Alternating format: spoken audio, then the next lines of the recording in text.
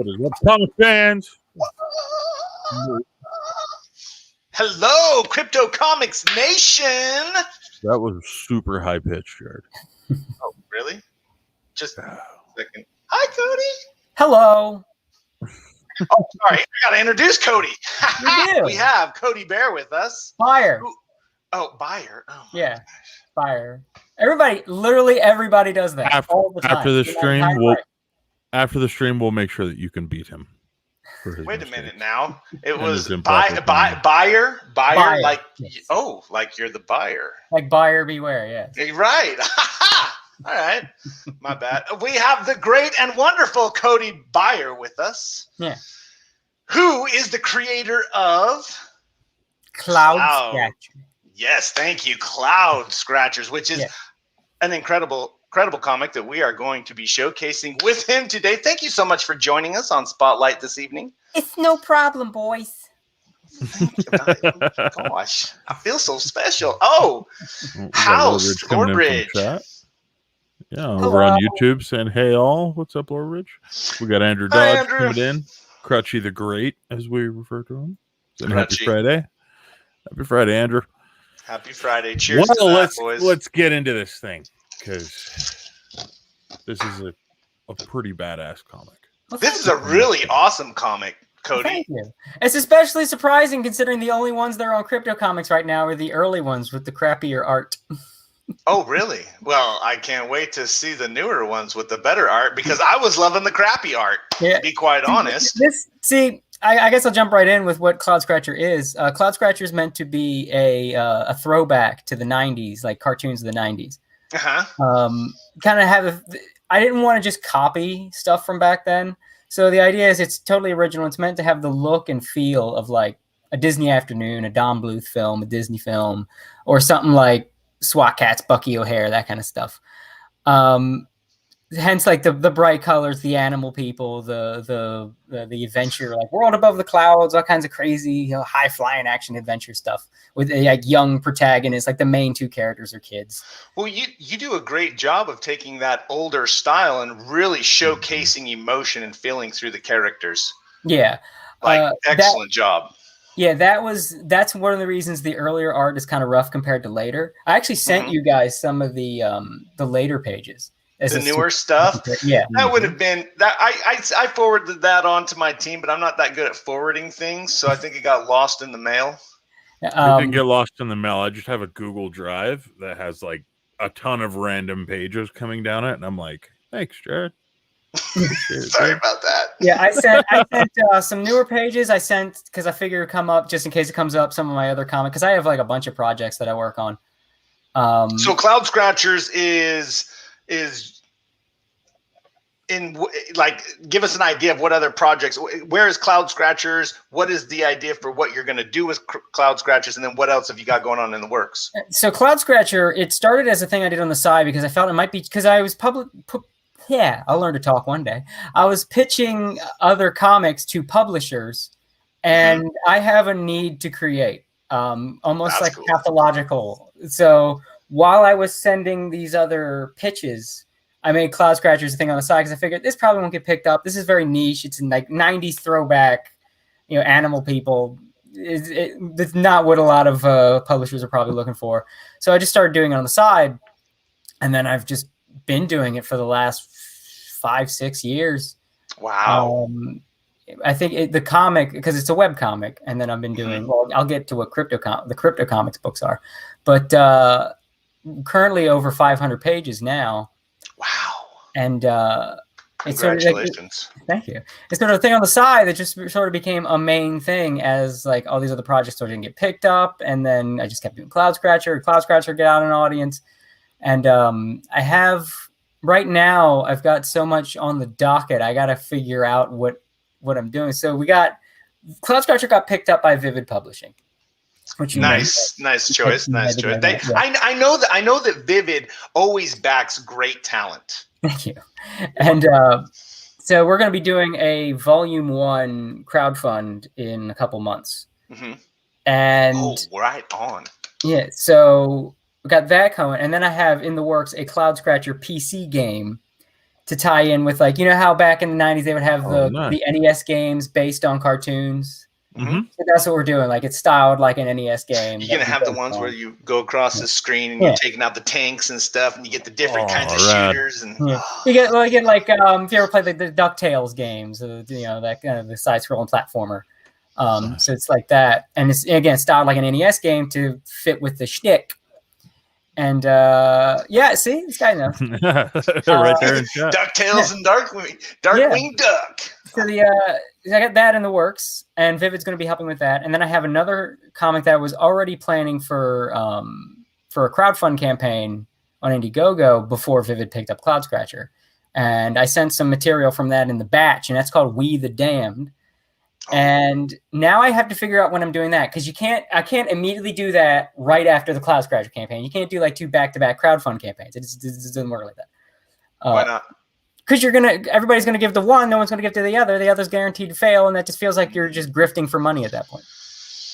And so I have all these comics I want to do, and that's not even all of them. I sent you like stuff from the other ones. So I got to figure out, when do I do these campaigns? When do I make these? Because I have this, and I have this, and this, and this. So how many more of Cloudscratchers do you have in the works? Oh, Cloudscratcher's gonna be going on for a long time. Oh, that's so awesome. That's so good to hear. See, the way I have it planned out is each story arc is an episode. And currently on the site, we're on near the end of episode 4, which is way longer than I expected it to be. But I have like story beats for each episode that I have to hit. And okay, cool. I had a lot of story beats, and it took longer than I expected to get through them. So, and this is we're just in season 1 still. And it's planned to go on for 8 seasons. Now, different amounts of episodes, but the idea is the episodes will have a theme. Each season has a theme of a certain amount of episodes. So season 1 is introducing major characters, and every episode introduces someone that's going to be a recurring character, whether it's like a recurring villain or side character or whatever it is. So is an episode a chapter? No, it's usually made up of a couple chapters. Like episode 1 is 4 chapters, episode 2 is 3. And the idea is, if Cloudscratcher grows, I would like to hire people to help with production to make it go faster, because I do have 8 seasons of material, and it's taken me 5 years to get halfway through season 1. So I would like to get this done before I die.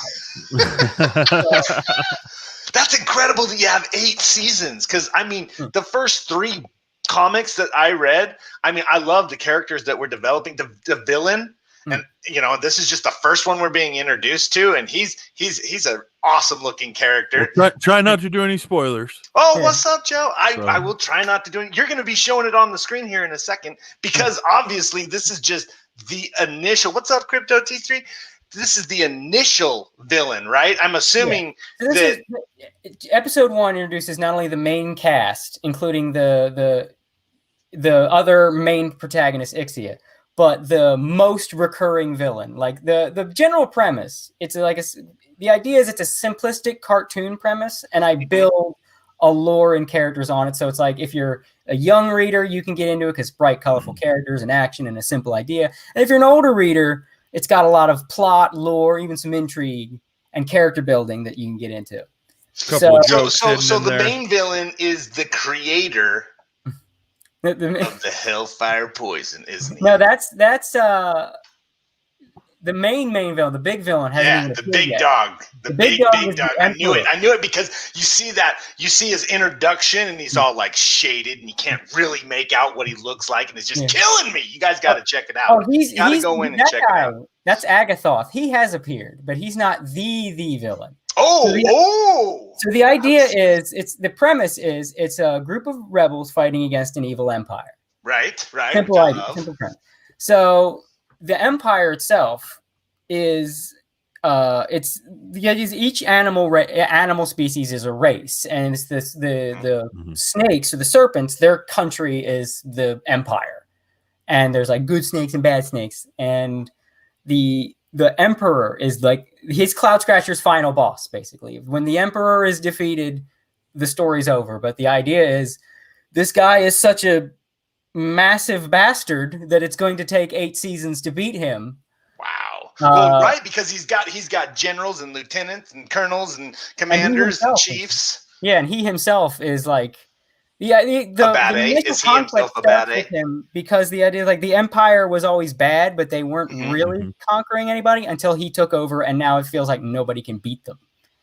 And what we see, like, the other villains are almost symptomatic of him and what he's turned the Empire into, including the guy introduced in the first episode is Borzak's, the dude with the eye patch and the scar. Yeah, he's awesome.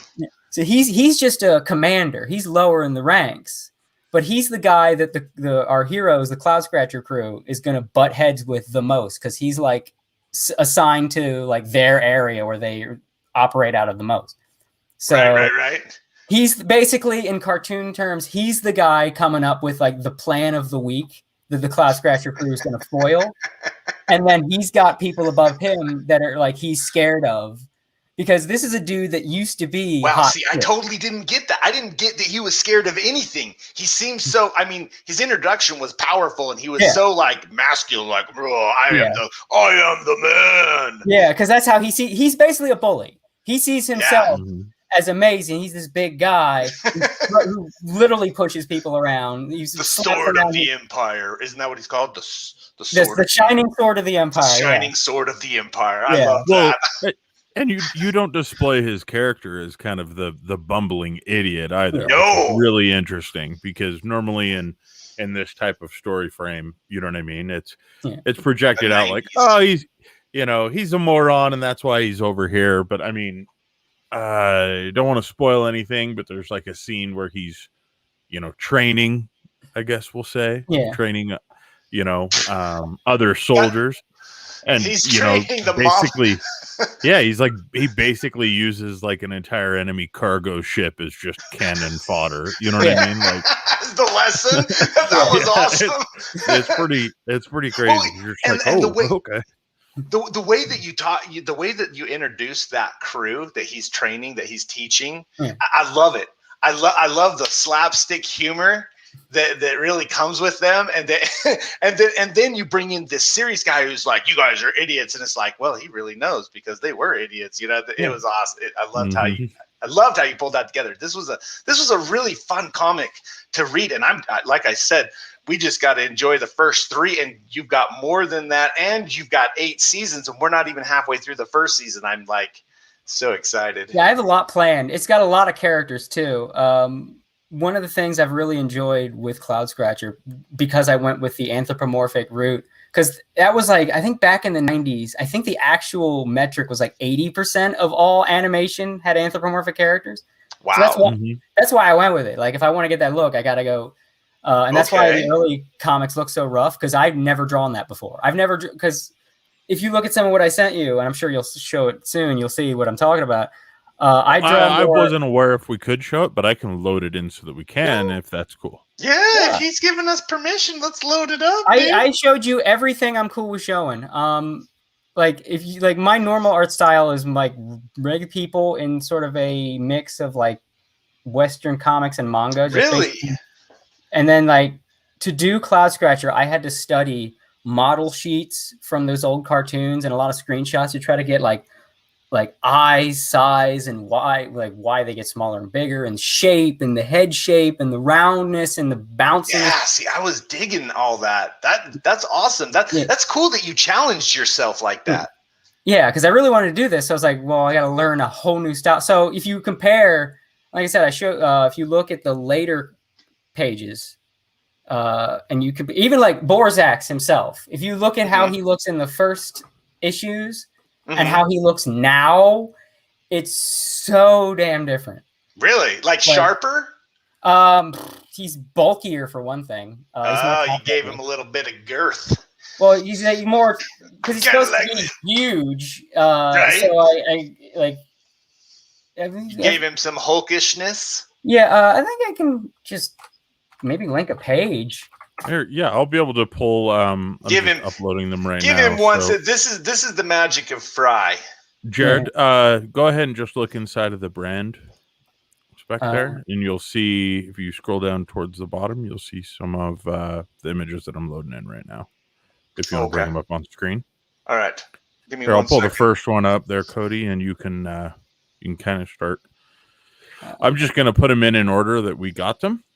If you want to just kind of go through and talk about them, and then Jared, you can switch from image to image. So this is this here is a later cover. I just kind of wanted to show. Oh wow, chapter 7. Yeah, that's way later. That's that's fantastic. So the thing with one of the things with Cloudscratcher, I'm a big music nut. So there's a lot of music references in the comic, including the covers. All the covers after chapter 1, so starting with chapter 2, they're all parodies of album covers. So, okay. So I heard you. I heard you talking about that. Yeah. So the first one was a BT album. That's a Voltaire album. That's this one. Yeah, that's a BT album. These Hopeful Machines. That's Voltaire's "Riding a Black Unicorn." That's awesome. Which? Yeah, that's one of the later ones. I just kind of wanted to show. Is that Horax? Borzax, yeah. Borzax. Oh man, yeah, he did get a little bit more muscular, defined. Yeah, I just wanted to show one that was just good little cartoony action sequence. That was one where the backgrounds. That was wow. So because I do this on my free time, oftentimes I can't give it the level of detail that I want. Really? And yeah, that was one of the pages where I was actually able to put as much time as I wanted into how it looked. And I always point out, like, if I can do this comic full time, this is basically how the comic will look every page. Is this one. Because there's a lot of times where I want to do, especially with establishing shots, I want to put a lot of detail in. But like, I have like a day job, and then I draw like stuff for money, and so a lot of times I just don't have all the time that I want. Just doing what it takes to pay the bills and feed the kids, right? Yeah, minus the kids, but oh well, you got it lucky. So damn jobs. Yeah, so this was one of the pages I sent. Like, if I didn't know how many pages we were going to show. So I just sort of as much as I could. This here, so one of the later ones, not this one, but the one you just skipped past, starting with the most recent pages, I've started doing a new aesthetic. So I found a way to make stuff look like an old 90s TV. Like, actually make it look like it was recorded on VCR. Yeah, I noticed you have like kind of an overlay going on, almost a filter on the page. It's great. It reminded me of Rescue Rangers, to be honest with you. Yeah, so the most recent pages, after I wanted to do it on the next episode, but this episode's been going so long, and after it hit 500 pages, like, you know what, that's a good time to introduce the new aesthetic. Because I had for a while doing black lines, like black heavy outlines around characters, and I ditched that to do this look of like the TV look. And I don't know how it shows zoomed out here on the stream, but if you look at it like the actual, like it on this site, you could definitely see it. This looks incredible compared to the first 3 issues. Like, just the way that the face. Now that's he's the guy that was flying the green airplane, right? Yeah, that's Bert. That's Bert. Dude, he looked, wow, man, you really refined.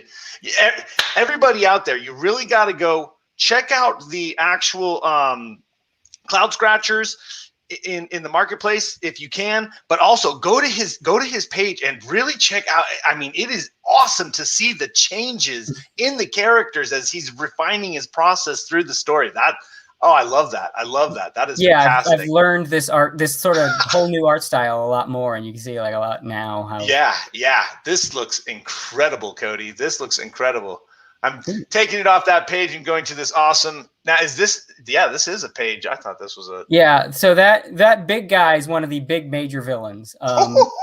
If you remember the dude that was foreshadowed in the early pages with the yellow eyes, Agathoth, the guy that made the Hellfire Venom. Right. Yeah, he's one of what I call him the Big Four. It's the Emperor and his 3 like proteges. They're like the biggest villains in the whole comic. Okay. The dude with the gas mask is another one of the Big Four. Oh, I dig it. A massive Frankenstein-y, seemingly invincible Goliath man. That is really scary looking. Yeah, I like that. I like and it's that. one of my. It's the line he has. I'm not gonna. I'm gonna be a little egotistical here. I'm actually really proud of that exchange of her. What does it take? And his response is more than you have. Oh. I like that line. Yeah, that is. If I can compliment myself. Nicely done. Yes, it does look good, Cryptic T3. I totally agree with you. It looks fantastic. Look how good this looks. So that is We the Damned. That is a promotional picture. That's how I. Oh my gosh! Get. So this isn't. That's so how this I is a totally another project. Yeah. I wanted to add examples of my other comic projects, and I did want to show the contrast of this. What you're seeing here. This was colored by a friend of mine because I have so much going on. I needed to sort of hire some people to help. Wow, dude. So you do your own colors too. So you write, you draw, you color. Mm-hmm. Do you do like your what is it? The word layout? Bubbles. No, the word. Yeah, that's actually probably my weakest. Is I mainly do the speech bubbles because I have to. I know there's a lot of I fumble a lot with the lettering, but I sort of have to as a one-man show. But that's impressive, Cody. That is super impressive. That was one of the questions. I got to hand it to my buddy Freezer for doing the colors on that one because, like I said, doing Freezer? So much. His name he goes by Freezer. Shout out to Freezer. Yeah. That is sick. So that's the going to be the cover of the first issue of We the Damned. This one right here? No, that's a promotional picture. That's like a poster. That's a poster you're going to send me? That could be a cool shirt. Excellent. Oh, dude! Could we put? Yeah. Oh my gosh. We're just saying, Cody. If you're interested in letting us, maybe do a Kickstarter show with us, and we could do this as the shirt. Eventually, I'll do a campaign for We the Damned. I just don't know when because of the Cloudscratcher campaign coming. That kind of do what's hot. And then you'll get rich and famous and hire a crew and be able to do your other awesomeness too. It's all pretty hot from the looks of it. Andrew Dodge comes in on chat from Twitch saying these are epic. Love the color and creativity. Can't wait for your physical publication becomes reality. Take my money. Well, when the campaign's launch, I hope you'll donate. Crutchy's pretty awesome. If he likes it, he will. Oh, right on. Hey, what's up, Bazil? Bazil coming saying, "Cool, nice choice of colors." And real quick here, guys, while we're talking about being able to purchase some of Cody's stuff, let me pull this down for just a second because I want to throw this link out for everybody. Cody does have. Yeah, Cody does have. Site for Cloudscratcher. It's cloudscratcher.com. Go and check that out. There's I know you can get chapter 1 in print. It's episode 1, so it's the first 4 chapters. And then when we do the proper, like the Vivid volume 1, that's going to have episode 1, episode 2, and some extra stuff too. So like some extra side story bits and then just some art and all that stuff.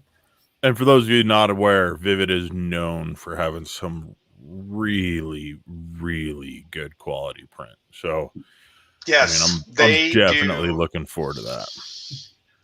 Which with your art style is going to be fantastic. Those physicals are really going to be awesome, super dude. Cool. Yeah, and there's a merch store there. So. Yeah, I have a Redbubble merch. I want to do a new shirt with that. I sent you guys the art we did a wall scroll for CouchCon. And I did original art for that, and I want to put that on a shirt. Right on. Okay. Yeah. Well, this is embarrassing. Yeah, that one. Yeah. Okay. Wow. So, can we show the shirt we're going to give away tonight? Then, Cody? Absolutely. Yeah. I will. Your shirt's still going to be different than my shirt because you have the Crypto Comics logo, so it's a collector's edition. Oh, okay. So there's a difference. Oh yeah, we totally use that design for sure. Oh my gosh, that looks so freaking awesome.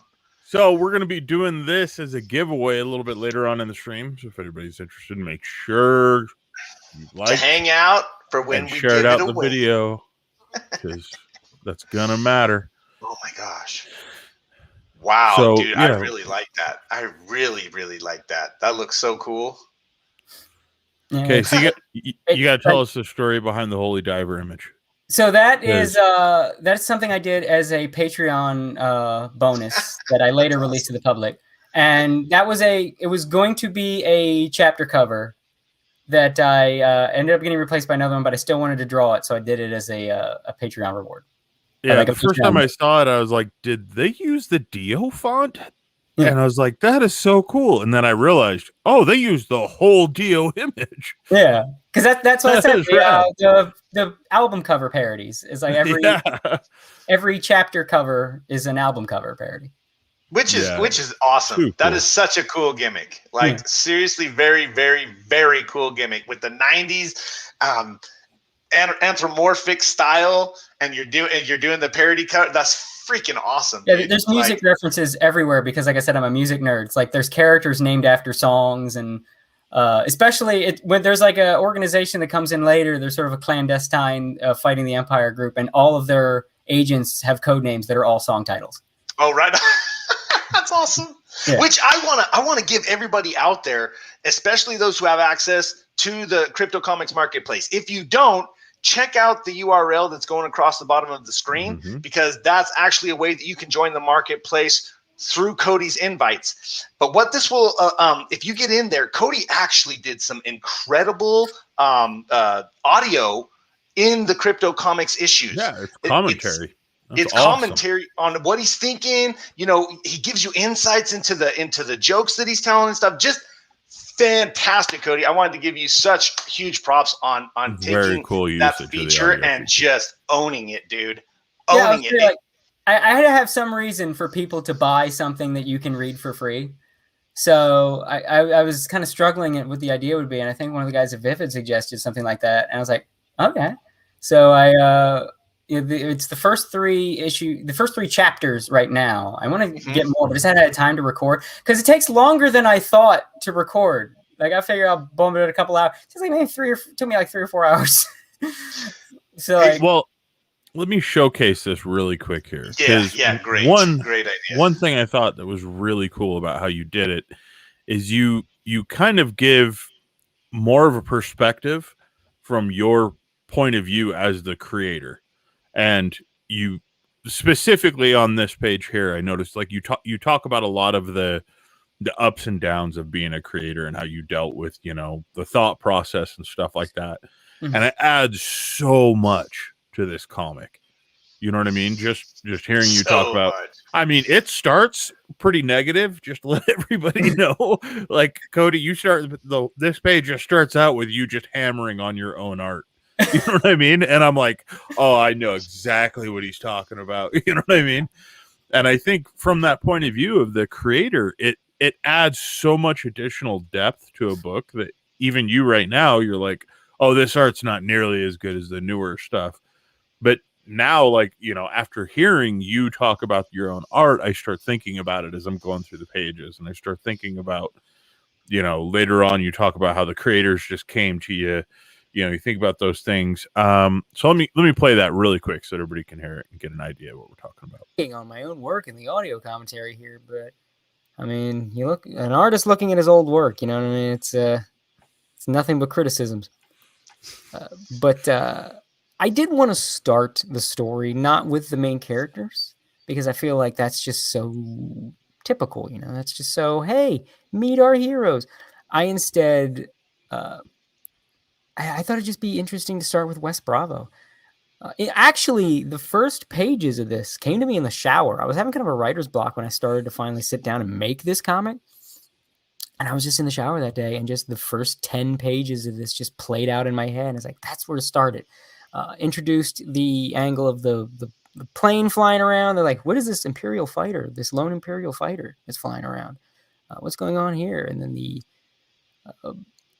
by introducing West Bravo before the protagonists, I felt like we would ease into our protagonists and start with something a little more fun with like these dopey ne'er-do-well guys on the bad guy team getting served, I guess, getting owned, however you want to put it. You know, I thought that would be a little more interesting. Yeah, it's so great. And how you talk about the different jokes that are inside of the books, and, you know, kind of the realization that, you know, in the early 90s and stuff, a lot of those, you know, adult humor type of jokes were hidden throughout the different cartoons that we used to watch and see, and how you took it upon yourself to do the same thing through your books. I mean, it's the commentary is great, and I don't want to. I especially would recommend, if you want to see just one book for the commentary, it'd be chapter 3, because the story-wise, the point of chapter 3 was to formally introduce each member of the crew, because they're being introduced to Ixia. So through her meeting them, the audience meets them properly.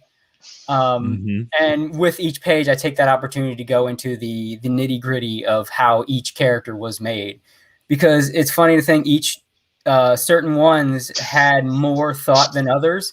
Not because I didn't really put thought into them, but some of them came to me like that. Like the character just materialized in my brain in like a second. Like, oh, it feels like I didn't make half of the crew, because it just feels like they were given to my brain. And then there's characters like the Sally Jean, the Southern cowgirl, who went through like 4 or 5 revisions before the character that she is in the comic. Like she became that character. Which is hilarious that the Southern cowgirl is a character compromised of being a cow and is introduced by giving other characters milk. That was the best. That was the best. Oh my gosh, I love that. I was just sitting there rolling like, you have got to be shit. I'm surprised how many people have caught on to that I did that. That was excellent. Well, because there's like subtle jokes in there that people haven't caught to this day. I've had to tell people. Really? But then like that one, everybody got, because it's just a little thing. She's bringing milk. I know. When I saw it, I was like, Or this page here, how the shirt says Nyan. It was owned by the cat. Yeah. Nyan cat. They bought it in bulk. Yeah, I was like, the dude hooked it up with a meme inside of his comic. Well, it's the Japanese onomatopoeia for a meow. I wanted because in an earlier page, Felix bemoans the shirt. Like, can you think? Because in order to give her clothes, it would have to be, she has to cut out the back for her hood, so it would have to be clothes that would get ruined. So it's like, Felix, can you think of any clothing you just fine with getting rid of? And he immediately like, yeah, you think of a few. Yeah. So I had to be sure. And like, this is something Felix wants out. Like he wants to yeah. So something with like a cheesy neon on it that's like pink. Like, yeah, that's something he's like, yeah, you could have that one. Oh, that's let me check in the chat here, guys. We got Prodigal coming in on Twitch saying hello. What's up, Prodigal? Thanks for joining us. Prodigal. Jeez, I say that. I mess that up every time. Andrew Dodge saying loving it and welcomes Prodigal back. We got Rose Kirby saying, hey there, Crypto Comics. Good morning from Rose. Wanted to say, you always make me happy, make me laugh. Want to thank you. Oh, thank you, Rose. Rose is joining us from the UK, Cody. So it's like, well, hello there. 4 a.m. there or something. Hello, yeah, she is a trooper. Yeah, it's crazy. You got Joe Frazier on Facebook saying the commentary of the books is so very cool, and the story arc just wow. Honestly, even your old art style is really great. I love it. Yes, you did better on the new. I think speaking of the new stuff, whole other level at least. Yeah, you did. You totally took it to a new level. Being able to see those pages where you actually kind of like really refined your work. That's incredible. Just incredible, comparatively speaking, to what I got to see with the first 3 books, which was I agree with Joe so much. It is fantastic. Well, hey, how do I take that down? Oh, there we go. Click it again.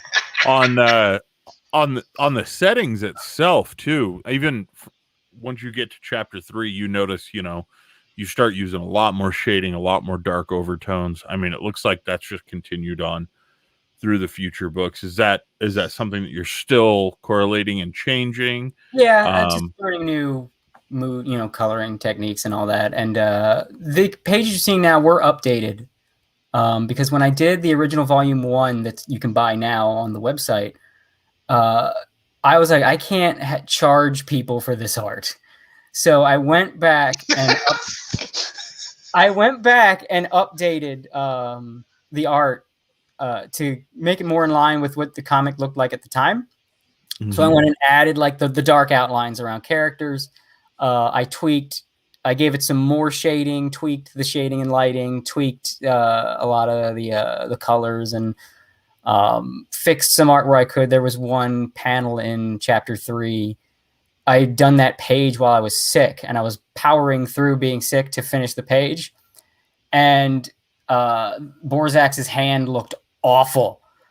Yeah, I think you talk about that in the commentary. Yeah, I redrew that hand.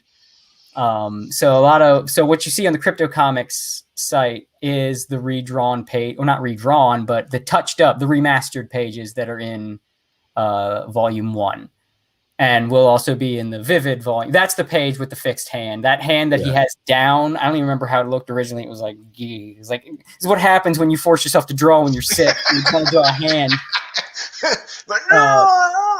Yeah. So I like totally redrew that hand from scratch, and I might touch up the art a little more for the Vivid release. It depends on how much time I have. I want to, because the Vivid release is going to have. I want to put in. There's a side comic that's only available for patrons. That's like adds a little extra, I guess, lore or information for the story, and it's the only time. It's the first time you will get to see the Emperor outside of whenever he makes a first full appearance at the end of the current story arc. He's going to fully appear. And it sort of reveals some things. And that's going to be I'm going to put that in the print volume, and possibly I don't know if we'll be able to include, like, as a stretch goal, put in episode 3 too. I'm not sure yet. We'll have to find out. I don't know, book sizes and everything like that. But the episode 3 introduces the main reoccurring joke villain, the Sky Pirate Wolfsbane. If the Empire is like that's the serious threat, that's when shit gets real. Wolfsbane is like goofy, over the top, keeps doing all these poses and declarations, and he keeps trying to steal stuff. Everybody loves him. Everybody loves this dude. So it's there's a side story I have for patrons where it's his origin story presented like a children's storybook, and that will possibly be in the Vivid volume 2. We'll have to see, but that's what I'm planning. So little extra stuff like that will be in the book as well, and then anything else I can add, like some little artwork and what have you. Well, I just got a personal message from Andrew Dodge in the chat. Yeah, he's saying you're not even trying, dude. Who somehow already guessed the badge code for tonight. He's saying you're not even trying. He's like, what is going on? I guess I'm clearly going to have to make these more difficult. Right? I didn't even guess it, Cratchy. Of course, I didn't try, but still, you're a bad egg. So let's go ahead and just do a giveaway for that, since clearly I'm gonna have to. Are we gonna do a badge giveaway? Are we doing a badge giveaway? Let me share my screen, y'all. I'll make sure I pick the right one, Fry. I promise. He's gonna mess us up, Cody. Wait, no, I'm not. Don't. Oh, wait a minute. Which one is 3? Okay. While he's messing this up, let me check in on chat. Tom says, "LOL." Everyone always says hello to Rose. It's hilarious. Well, yeah. We got extended freezer right there. That's the guy that colored. Yeah, that's the guy that colored me. Hey, what's up, Freezer? Cool. Nicely done. Nicely done. Yeah, he's great. He's a great artist. Rose says it's only 2:36 a.m. Oh my gosh. Hi, Rose. We still appreciate you joining. Yeah, always. She's so awesome. We're going to do something special someday. Something memorable. I can only hope. We can only hope. What do you mean hope? There is no hope. There's only do or don't. We choose to do. There is no try. Yeah. You like that? I get it. I am going to be one of those emotional, like those people that help you with your life. Be positive. Yeah, life coach. That's what it is. Yeah. Why don't you life coach everyone through how to claim tonight's badge then, Jared?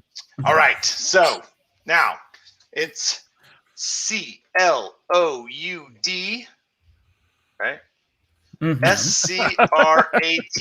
Wait, Scratcher. It's regular words. Yes. Not spelled fancy. Jared. I did. Spelled like regular old words. I did. I spelled her out. Cloudscratchers, plural. Da, da, da, da, da.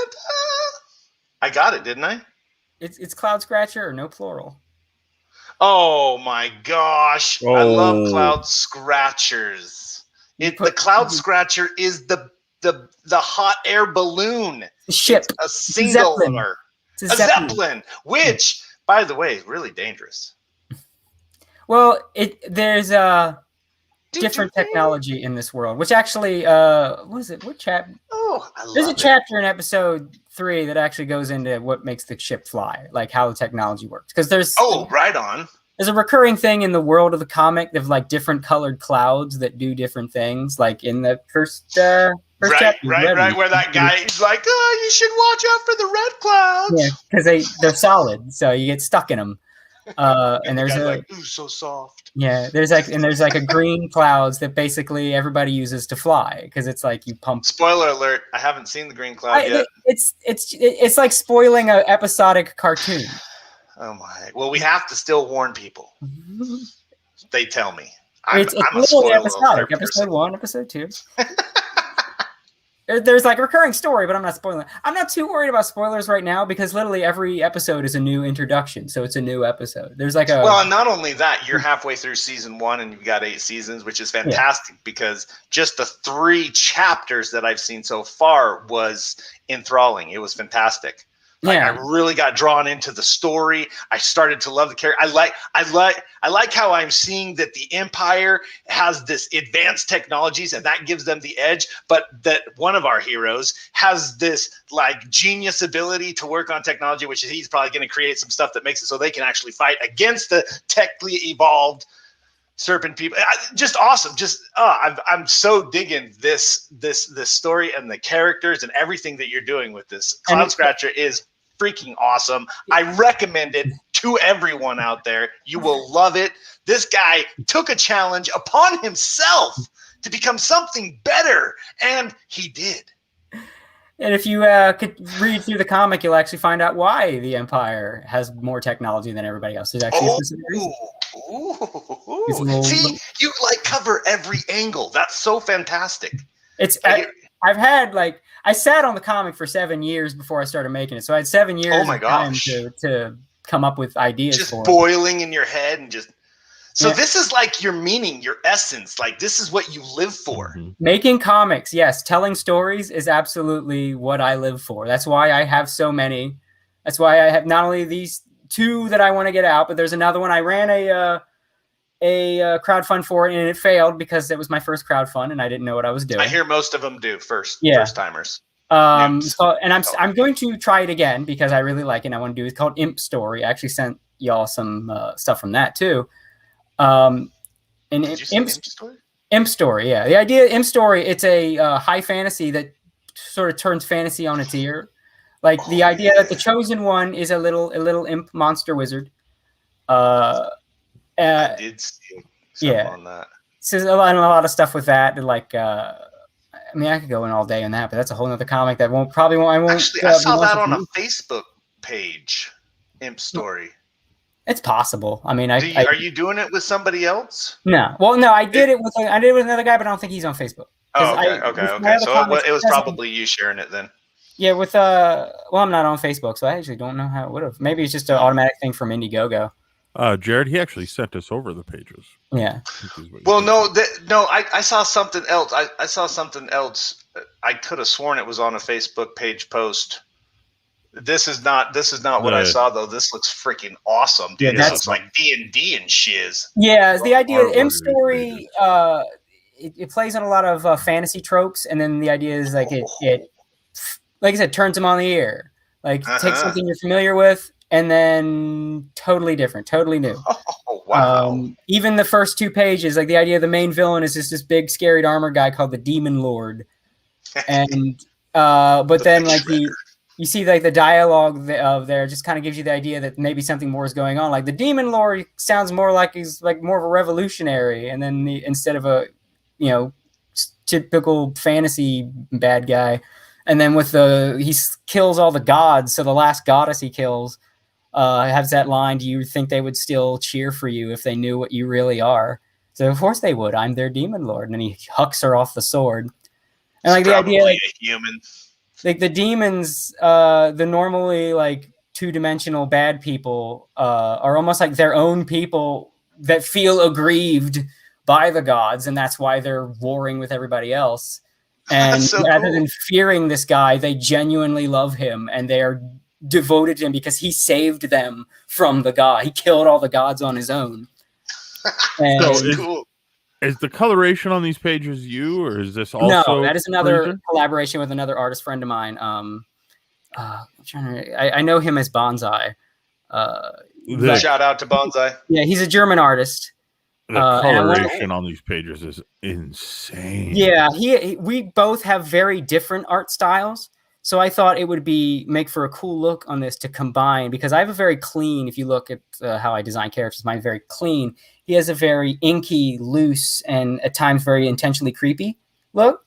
So I thought combining those two would create something really neat with sort of a high fantasy series where it can get either very like lighthearted and then very dark. Because the idea of M Story is I wanted to also implement traveling to different worlds, literally like planets. Oh, okay. Through So portals or something like that, or so the idea is like there's like magic gates, and they go from, because they're on a quest to get to the certain place, so they go to different planets, and each planet has its own thing. Because one of the things that always bugged me about sci-fi, when you go to a different planet, it's one kind of ecosystem, like a jungle planet, an ice planet. Right. And it's like, and then you look at Earth and look at all the stuff we got on this one planet. So I wanted to have stuff like that where it was an adventure to different worlds with all kinds of crap on them. And the idea is because the demon lord killed the gods, some planets went to shit. So you have one planet that's like a bright, colorful fantasy thing you would see in maybe one of the happier parts of Lord of the Rings. Mm-hmm. And you go to this other planet and it's just a horror show because this one got screwed over by the gods. You saw what he was all going to say. Everybody saw your Everybody mouth saw it. It almost start to form it, and I was like, "Is he going to do it?" I didn't know what level we're on with the stream. So here's the rule: you can swear if you want to. If you open the floodgates of swearing, then we may join you. However, when you do that, it limits the suggestibility of the video. Yeah, so we as professionals, as much as you can call us professionals, we try not to. Yeah. So that's why I stopped myself. But you were awesome, by the way. That was fantastic. I love the build up. I was like, oh, he's gonna do it. Oh, he didn't do it. But Schmecky. Oh, that's me. Yeah. It's hey, what's up? Congrats, Schmecky. Yes, I handle elsewhere. Oh, hi, freak. AKA Schmecky. Yeah, it's been my internet nom de plume for years. But thank you, Digi. Like the whole thing with M Stories, it was supposed to begin with our hero. After that, it's to start with the demon lord killing the gods, and then cut to our hero saving people on a world that's like overrun by a flesh virus. Like it's just a horror show. And then he takes them back to the world where it starts in, and then it's like a normal, like green grass. So the idea is I wanted me and Bonsai's art to contrast and mix in that way. So when it gets dark and scary, you can get really dark and scary. And when it gets bright and colorful, it can get really bright and colorful. Wow. So totally leaning on your guys' two different styles to really pull the comic in that direction per planet. Yeah. Per environment, ecosystem. That's fantastic. Yeah. That looks awesome. And so how many of this particular project were you able to create? Just one comic, or I did. I wrote and I did we made 6 preview pages, I believe. Oh, wow. And then like an advertisement poster. And I probably should have made more incentives. That's probably why a lot of people didn't donate. So dude, it's hard to say, man. Those Kickstarters and Indiegogos, I've talked to so many people, and it is so hard, especially the first time. You know, it's a learning curve, and from what I hear, it's like nonstop, go from start to finish. It's just insane. And as I understand it, most people who do attempt crowdfunding, I haven't, so I'm not a pro on this, but most people who I've talked to have talked about it. Their first ones, tend to not work out so great. but it's that perseverance. Why I love working with creators, because just keep going, Cody. You're going to make it. It's going to be awesome. You got a great company behind you now, Vivid, who is very, very good at what they do. You guys are going to, you're going to hit the clouds, probably. Cloudscratcher. I see what you did there. Oh! Andrew Dodge comes in from Twitch on chat saying, just to shout out Cloudscratcher or Chapter 1, Chapter 2. Our number 1 and number 2 on the popularity list for this week for Crypto Comics. So nice. Congratulations. Hey, and if you like what you see, there's more on the site. Yes. And Bazil comes in from Facebook in Africa. He's from Africa.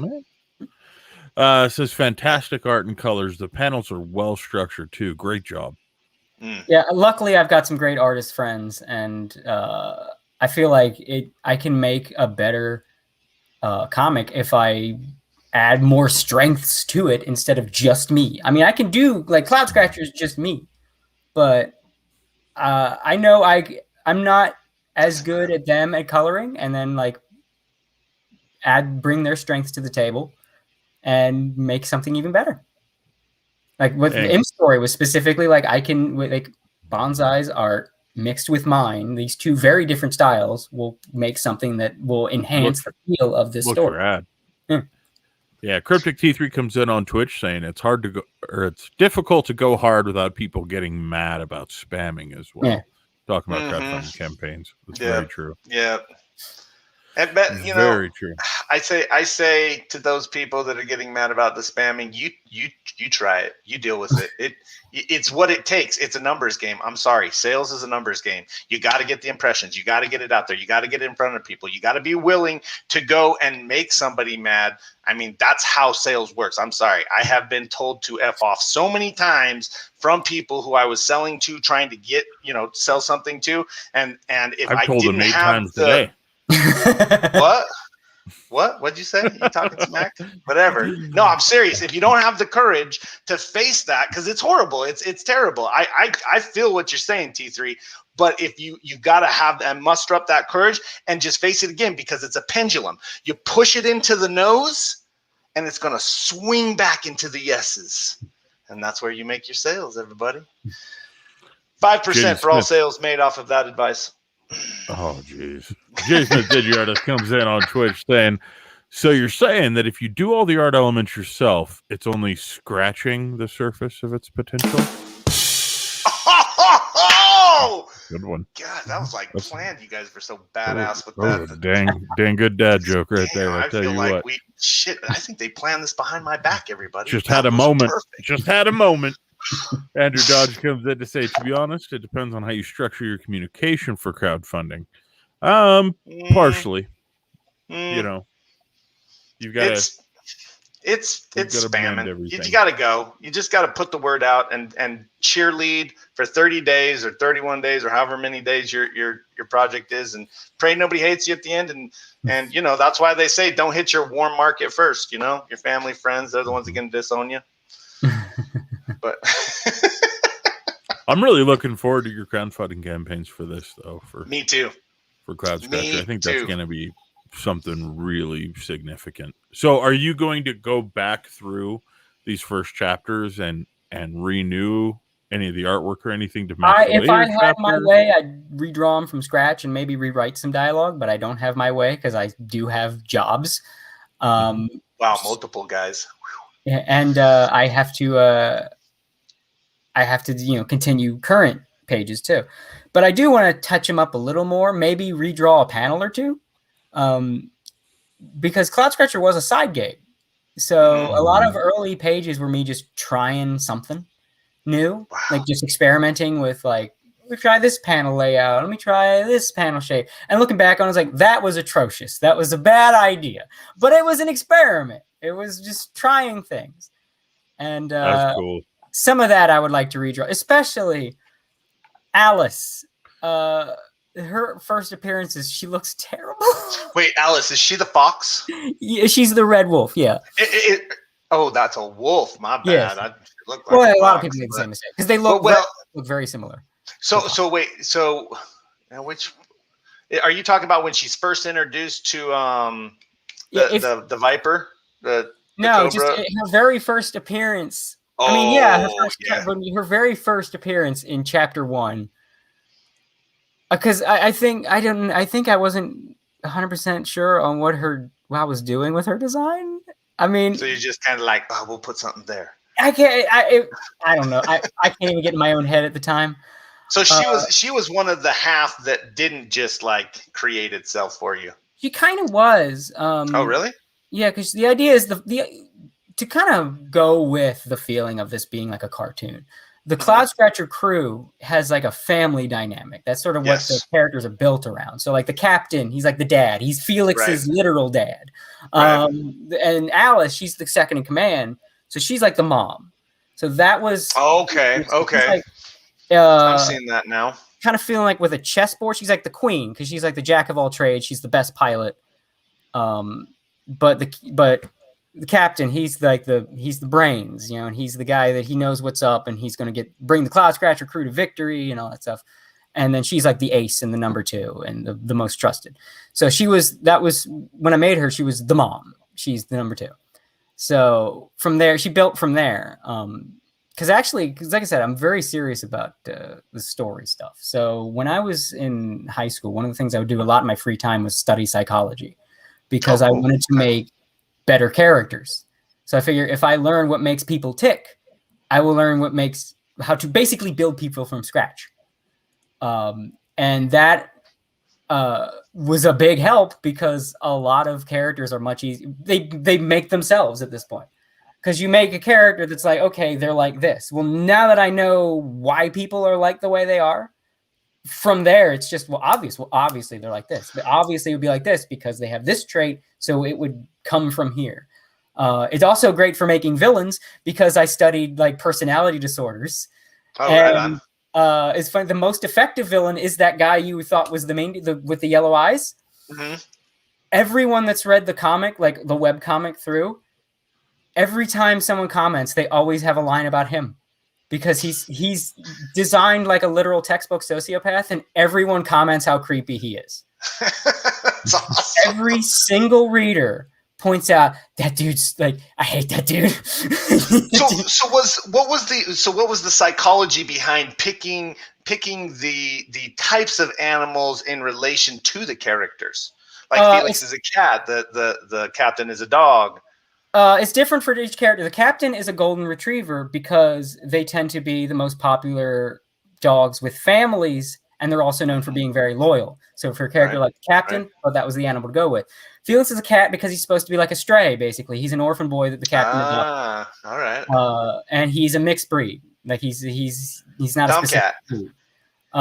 Also, he's a slight nod to SWAT cats because if you remember SWAT cats, they flew around and had they were 2 mechanics, and they built their own stuff, which he does for the crew. And even his 3 little fluff on a cheek is that's a reference to SWAT cats, the way they were drawn. Oh, right on. And some of them, like each species and corresponds to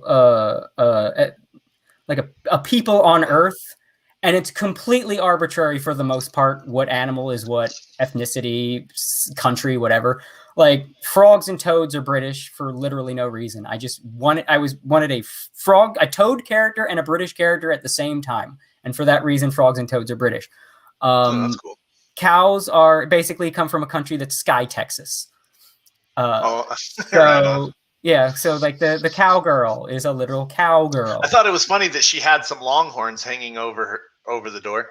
Yeah, but animals, because people are animals in the world of Cloudscratcher, animals are these weird random creatures. You can actually see in one of the early chapters like these little white poofy things that fly around. Well, now I got the sense that each animal represented a culture or a group. Mm-hmm. Because you actually talk about the swine nation getting wiped out. Yeah, right there at the beginning, which is really super cool. Because I don't know if you ever watched Jimmy Neutron. But that one, his okay, the movie. So where his buddy, and they're showing the movie at the very end that they made of him, and it's got that boar, and he's in that space thing. So I instantly thought of that when I saw that like one of the best pilots was from the Swine Nation. I was like, oh yeah, freaking badass pig. Yeah, he's a pig because he's like, I felt like that was the animal to go with, the character that's more bitter and less friendly. The idea is he fought in that war where the Swine Nation lost. He managed to get out. Oh, okay. I didn't. So he's bitter. He lost his country, and he hasn't seen his family since he got out. So he's carrying a lot of that baggage. And there's like, I sort of touch on stuff like racism, not heavy-handed. It's not like, this is meant to be these people. This is my message. It's just a way to make the world feel more real. Because if you have this one country of this one people that is ruining everything for everybody, people are going to hate those people, even if not all of those people are bad. So people generally hate serpents because of the Empire, especially because they're scared of them now because the Empire is an actual threat because of this emperor, to the point where they've conquered 2 countries and no one's been able to win those territories back. And if the emperor's own force shows up, nobody's winning. Now, I'm asking a spoiler alert question, but did they do a genocide of those nations, or was it like they just wiped out the territory and they had to flee into the other nations in order to find refuge? So this has gone into in a chapter where I do with the sort of framing device that Alice also acts as the tutor for the kids on the ship. So it's like a school lesson. Oh, cool. So teach sort of how a lot of this stuff got started. But the serpents, when they first became an empire, they wiped out the bird people, the avians. Oh. The avians they were also technologically advanced, but they were more pacifistic. The serpents were basically like a war culture, they're basically like Klingonish. Right. And they thought the bird people cold-blooded. Yeah, they thought the bird people were intruding because their realm was the realm of the skies, and I'll get into why they think that in later chapters. So they wanted the bird people gone. The bird people aren't going to leave. This is their home. So they're going to make them gone. So they made them gone. Oh, wow. And then went and picked and stole all their technology. That is not, by the way, how. That is not the only way they got advanced, but that's one thing they did. No, the psychopath advanced them too. So from the other nations, they just took over and they rule. And then if you live in those nations, you basically live as a second-class citizen to serpent people. Like, serpents are above you, and if you're not a serpent, you don't really have rights. Because serpents are the serpent nation, the empire.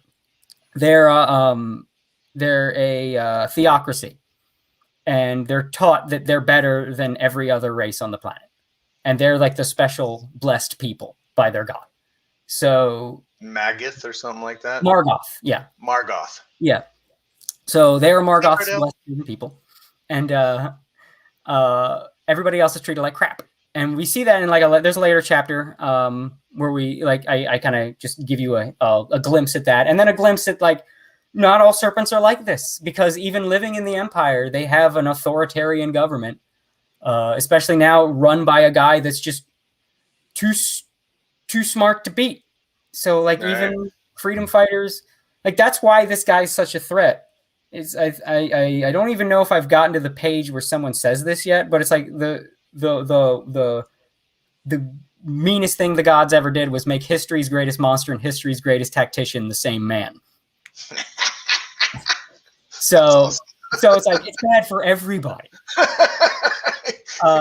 And I go into that a little bit, and even just how, because the serpents have to deal with an authoritarian government, that a lot of them are just brainwashed to support, and they take it out on these other people to make themselves feel powerful.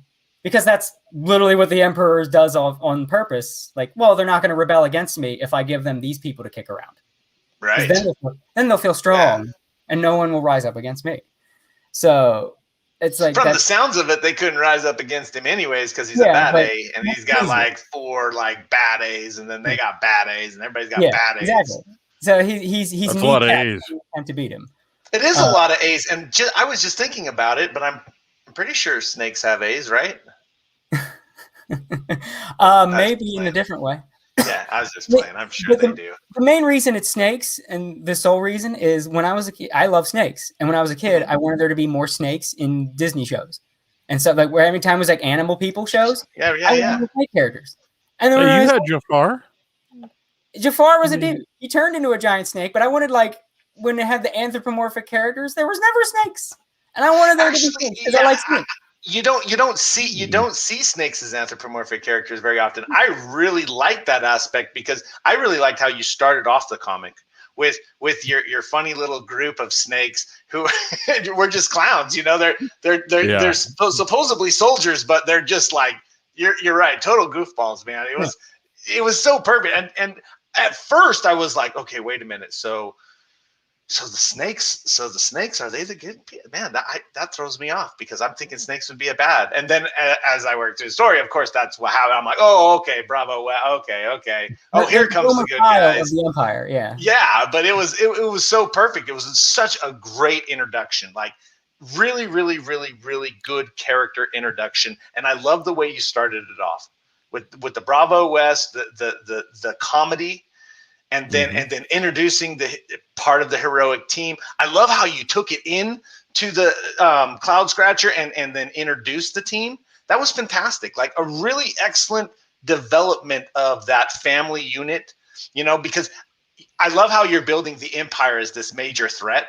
And just through, again, I've only gotten to read the 3 books in the marketplace, but just through those 3 books, I got such a feeling of such a great story developing. You know, it really reminds me of Dream Keepers.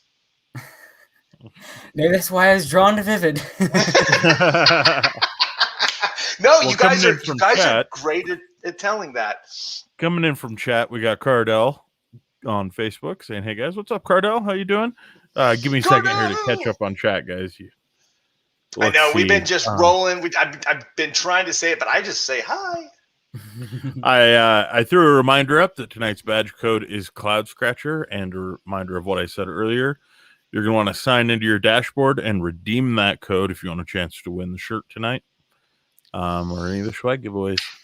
Yep, we will be allowing maybe Cody to pick the winner, maybe I'll pick the winner, maybe Fry will pick the winner, maybe we'll just ask somebody. So why don't you all tell us out there, who do you think should win after you log in and do all the other stuff? That's not going to upset everyone in chat. Thanks, Jared. I'm just kidding. That was a joke. Rose Kirby on YouTube says, "Hey Cody, how did you think up each character, and what inspired you to draw them?" Well, we were kind of getting into that too. I think each character, there's like a different logic behind each one. One of the things I've really enjoyed about Cloudscratcher and learning the anthropomorphic thing is looking up animals and how can I build a character out of that? Like traits of the animal, the appearance of the animal. I'm kind of a basic bitch, so poisonous animals tend to become bad guys. The West Bravo crew, to kind of go into how they're ne'er-do-wells, like screw-ups, they're all based on non-poisonous snakes, with the exception of the one cobra in the group, Zyzax, who is a false water cobra, which is the least poisonous cobra in the world. So all of them are non-venomous snakes, whereas the big villains are based on some of the most venomous snakes, like Agathok, the scary guy. He's a what do they call it? A Philippine cobra. It's like the most poisonous cobra in the world. And of course, the Emperor is a king cobra because I'm a simple man. Oh, they're so ginormous. Yeah. And he's tall as hell to kind of go with that. And there's one character, and I sent you a page with him in it. One of the villains, he's not a serpent, but he works for the Empire as kind of a thing to show that the Emperor has something else going on, like beyond just the Empire. He's got he has his own like secret organization, the Black Fang, which is like his own spies and assassins. And they're not in the Empire. They're not the Empire. Are they like ninjas or? No, they're bad A's, like you call them. They're actually in that big poster. If you see a couple members, the one that has all the characters in the like in the top right, you see that Anubis chick, and below her, the mantis shrimp pimp are 2 members of that group. The mantis shrimp pimp. Yeah, that is pimping. Yeah, because that's pimping. Oh no, Jared's gonna run with this. He's gonna try to make it into his own nickname. Cool. Because Mantis Shrimp, yeah, it has these punches that like they're actual cause little explosions, like the punch of a mantis. Yeah, oh yeah, they break stuff. They have this flamboyant, multicolored look. So their eyes do, but their body also has like all kinds of colors on them and stuff. So do their bodies rainbow out? Yeah. Oh, cool. Okay. It's a part of a way they communicate to each other. Is all the colors. Oh, okay. So I went with that so that you have a mantis shrimp character that does like supersonic punches that can he can level a mountain with these punches, and he dresses in this multicolored, massively flamboyant pimp outfit. Yes, to kind of go with because it's a mantis. All the things like building from a mantis shrimp, or the guy at the near the very top is a dude that works for the Empire, and he's the guy in the page I sent you, the one that's a lot of green on it. The one with a lot of green on it. Let's see here. Have fun. Is it the episode not that one. 5 That's a preview for episode 5. Oh, that's cool. Is it this page here? One that has green borders because it's supposed to be. I don't think it was loaded, was it? I believe I sent it to you. You may have sent it. It just may not have gotten loaded. It's possible. It may not have gotten to me, is what he means. It could have possibly not have gotten to him too. I'll take full ownership. I can probably just find it. What was that picture? I want to see that one. What was that? That one's just listed as promotional image. So I was just trying to check to see if that had a green border. Probably not it, but I didn't. You got so much cool stuff, Cody. I sent you a lot because I didn't know how much you were going to use. So I figured you just forwarded it all on to everybody. Yeah. I was like, check out all this awesome stuff that Cody has. Have it ready. He's like, hey, put everything in a link for me. I'm like, yeah, okay. Sorry, Fry. I make his job so hard. Everybody, I just want y'all to put in the chat #We love Fry. Because he needs to know how much we all appreciate him and what a great job he does for us. That's the last thing I need trending. We lost Cody. Whoa, what happened? Something happened. Now you did it. You've upset Cody. I'm sorry, dude. I'm sorry. What'd you do? I said everybody. This is why we can't have anything nice. Oh, look, we got to love you, Fry. #. Oh, Lord. There we go. I clicked for some reason. I clicked private chat to send this, and then it took me out. Oh, he just didn't even want to be here. I tried to hit private chat, and it just went sign up. I'm in the middle of a thing. I can't sign up. But there, I linked to the page I was talking about. Oh wait, just check this out, Cody. We got support for Fry.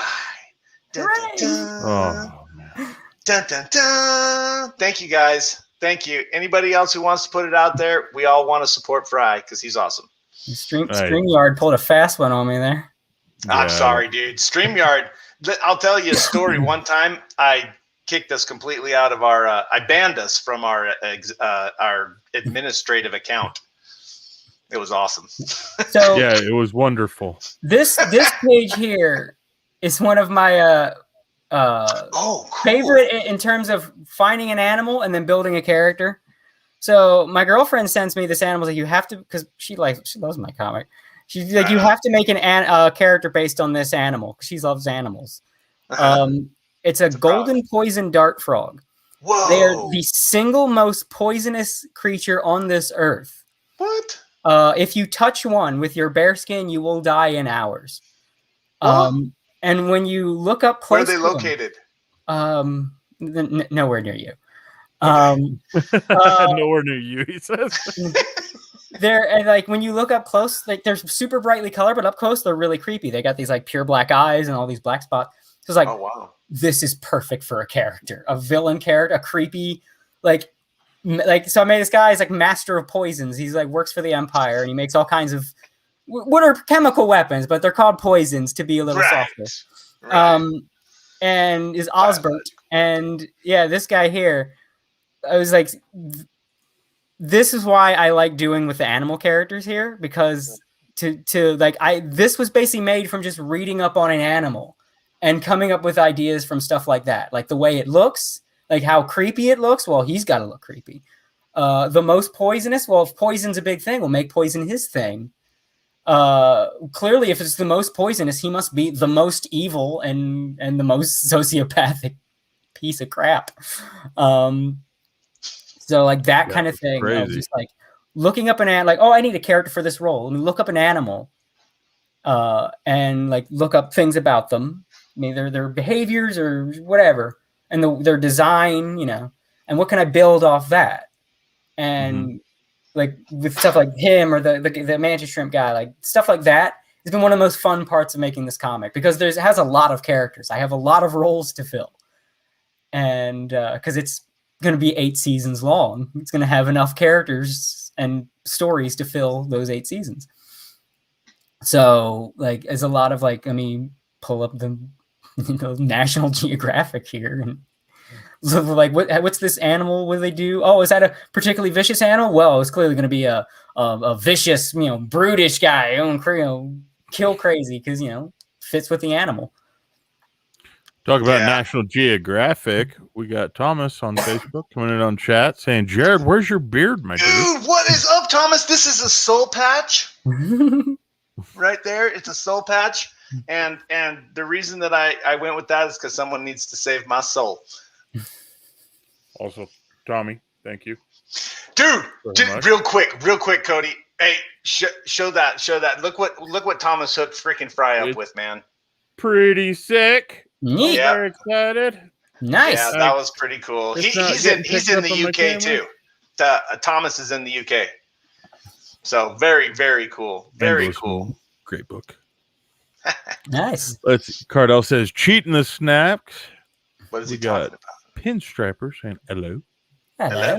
I like that. Rose Kirby says, so I've redeemed the badge. Do I win? Not just for redeeming the badge, but you want a badge. Well, Rose, you are a winner. And what we're going to do is, here a little bit later, we're going to draw from the people who have redeemed that badge in the system for the chance to win the shirt. And or a swag. I don't know. Maybe we'll do a shirt and a swag badge. Or maybe we'll do a swag and a shirt. Or maybe a swag and a schwerk. A swag and a pancake? Ooh, a swag and a pancake. Oh, and snake! I got that. My bad, I meant snakes.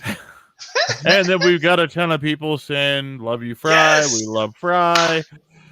And of course, JD Smith, DigiArtist, comes in, making it real awkward with French Kiss Fry. Thank you, French Kiss Fry.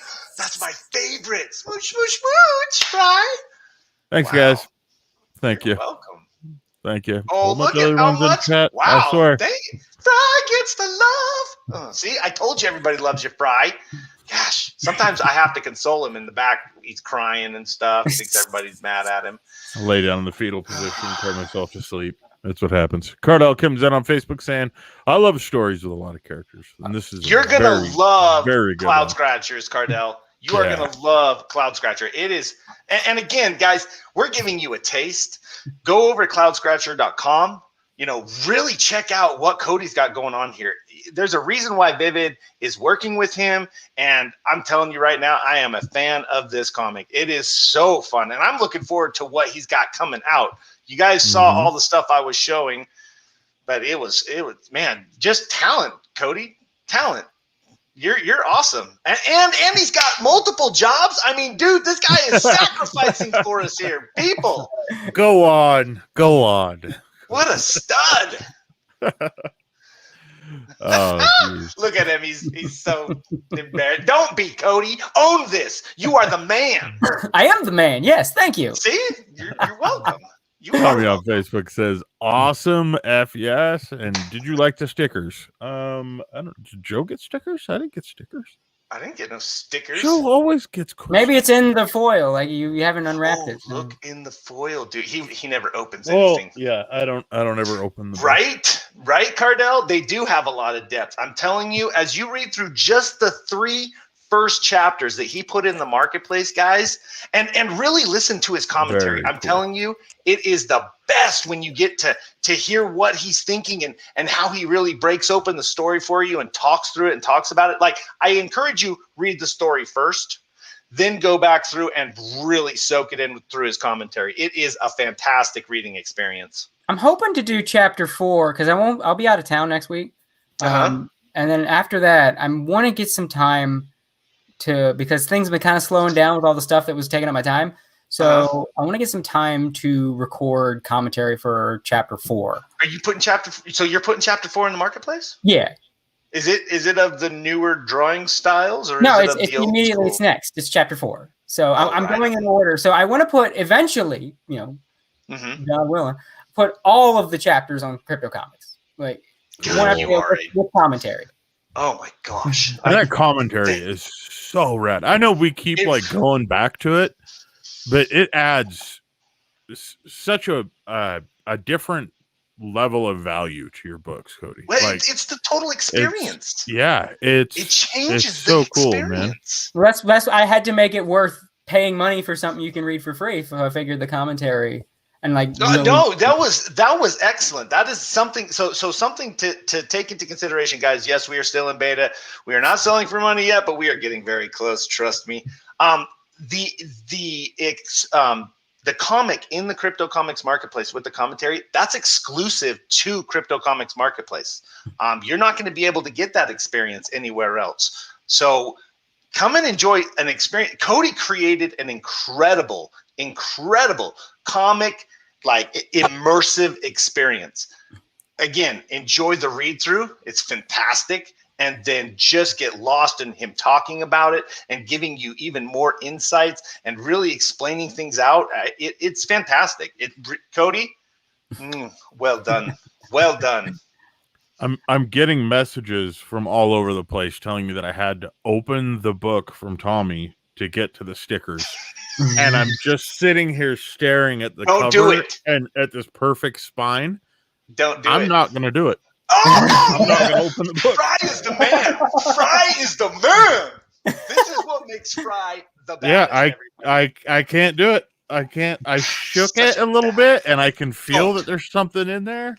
Don't do it. I can't do it. Hold it by the top of the spine and shake the stickers out. I just did, and it didn't come out by itself under gravity's pull, and I feel like at that point I'm gonna shake it wrong. It's gonna slip out of my fingertips or something. It's gonna hit a corner as it hits the ground. I'm gonna be saddened. Like I can't do it. I can't bring myself. You're getting laughed at from the UK, Fry. I'm sorry. I know. And everybody's like, just shake the book, Fry. I'm like, I can't bring myself to do it. Oh, see? Thank you, Cardell. We are gonna get open. That'll be cool. Andrew Dodge says, I feel the same way, Fry. I refuse to open any sealed comic. See? That's the problem. Tommy says, I'll send you the sticker separately. Tommy, you don't have to do that. You don't have to do that, man. I really appreciate it. But I'll sneak into the office after hours and I'll find Joe's stash. This makes it even more valuable. Think about it. I'm just saying, an unopened. I have one copy of Hulk 181. Never before seen and touched. I have one copy of Hulk 181, and it has the stamp removed. Every collector knows that that's terrible, but it's the only Hulk 181 I could afford to get. And I think about that comic, that someone at some point cut a little stamp out of the comic book, and then it ended up in my hands, greatly devalued. Not that I'm ever going to resell it or anything like that, but it's just right. And after that, heartbreaking. Yeah. We'll have a memorial service. I have to do my job at keeping as many comics in mint perfect condition as possible. That's what I was put on this earth for. He's going to do this to all your comics, Cody, just so you know. So thank you for putting them on Crypto Comics Marketplace so he can actually read them. You have my permission to open it if you want. As the writer and creator, I would rather people read my stories. You can't. David Lilly told me the exact same thing. He was like, there's stuff inside of these books that you can't see anywhere else. And I was like, I'll just have to imagine. Yeah, it goes against his fiber, his grain. Yep. And then he kept leading it. And I was like, all right, maybe I'll do something about it. And I ended up just buying a second copy of the book. So I have a reader and then I've got my collectible. I mean, I do the same thing with Temerity. By all means, buy 2 copies of mine. Absolutely, Cody. I'm in. 100%. I will be one of the very first people. In fact, what's going to happen is you're going to start that crowdfunding campaign, and me and this guy right here are going to get into a physical fist fight on stream as to which one of us ends up being the first person. It's getting to be that point. I'm calling you out, Andrew Dodge. Right? We have to be at the same place to do that. All right. We'll figure something out. But let's go to your house. Let's have a sleepover at your house. Come on, dude. It always ends up me versus Andrew Dodge on who's going to be the first person to back those crowdfunding campaigns. And Andrew Dodge, I have seen him posting some of the stuff that he's getting from crowdfunding campaigns. His collection is starting to kind of look a lot like mine. And I'm like, okay. So now I've got to step it up. You know what I mean? And I've got to be like, I have to look for like the weird things, like the original art or like the, buy this level and Cody Baier will call you from a bathtub or whatever. I mean, we had a creator that did that once. I know which one you're talking about. Yeah. Cody's looking at me like, "What the hell are you talking about?" Dude, there was a stretch goal. We were working with some people, and they had a stretch goal, and this celebrity would call them from his bathtub. Serious, like that was a stretch goal, and it was like what, $1,200, $1,500, and I think they sold one. M. Scott Russell's wife was real upset with that one. She was like, "What?" It was crazy. Just kidding. M. Scott Russell couldn't make the stream tonight because he wasn't feeling. Oh, that's right. We want to give a shout out to Matt. He couldn't make it tonight. Yeah, he's battling diabetes. Yep. I told him not to eat all that cake. He did it on the last stream. Dude, I told him. You gave him cake on the last stream? He was eating cheesecake. I'm like, "You're diabetic, man. What are you doing?" He's like, "It's too good.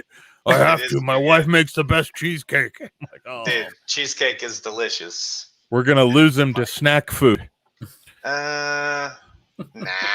He's got those shots and stuff and things hooked up to his phones and stuff. So see, Andrew Dodge has a good point. That's the reason why I buy both physical and digital. And that's what I've done now. I mean, my physical books I keep to save. Cody, I mean, what about you? What are you just full reader on your collection? I don't have time to read much these days. I want to, but I'm just so focused on making stuff. So if you could read, would you read the paper copies, knowing that your very finger, the oil off of your finger, is degrading them with every page? Yes, because I like to have the art in front of me. You like to have. I like to have the art in front of me. I like to have like the comic and the panels and the pages and everything there, as opposed to on the screen. I feel like I enjoy reading physical better.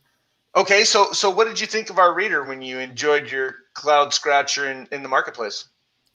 I did like the reader. It was better than a lot of other readers I've seen. Actually, it was nice that it keeps it a good size without either zooming in too much or pulling out too much. I still prefer being able to have the whole thing in front of me, but on a digital sense, I think that's one of the best you're going to get on a digital sense. So do you think then that their solution, the solution that Fry and Crutchy have come up with, is they're going to buy your physical copies on your Kickstarters because they're baddies, and then they're going to buy the digital copy so that they can actually enjoy the content, because they can't bring themselves to break open that seal. They're like, "No, this needs to go on the shelf in the little safe." It's like some kind of special thing. Look, if that just means you're buying more copies of my comic, by all means. Boom, right? You have my full support. Full support. Yep. Do it, Friday. Well, and now you're talking NFTs, so I've got to buy a physical and I've got to buy at least 2 digital, because you want an NFT for your own collection, right? But then you also want an NFT for when Cody gets gigantically huge. Yep. You know what I mean? Yeah. Or he does an exclusive Kickstarter issue with us. It's a deep hole, folks. Dude, the rabbit hole goes so deep. Do you want the red or the blue pill, Cody? The red or the blue pill? You take 2 copies of both. That's the problem. I got like 4 or 5 jokes all at the same time. I can't pick between which one to Welcome to a crypto comic stream. Sorry, I try to focus, y'all, but I'm just no good at it. Well, let's add another joke. JD Smith DigiArtist comes in on Twitch saying, shout out to all the people reading printed copies while they poop. Pro tip, licking your thumb helps turn the pages better. Do not do that. I freaking love Digi. Oh, dude. Do not do I didn't even think of that. Reading comics while you poop. That's perfect. That's exactly what we should all be doing. That's pretty much what comics were made for. Multitasking. Oh, new level. I don't know about the licking the thumb thing, though. I don't know if I'd do that. Or hell, leave them on the ground while you read. And just turn them with I like that. And turn it with your toe. Yeah. This got so off track. Oh, I'm sorry. So Get us back on track. So quickly. Let's do this. Where's the tracks again? Where's the tracks again, he says.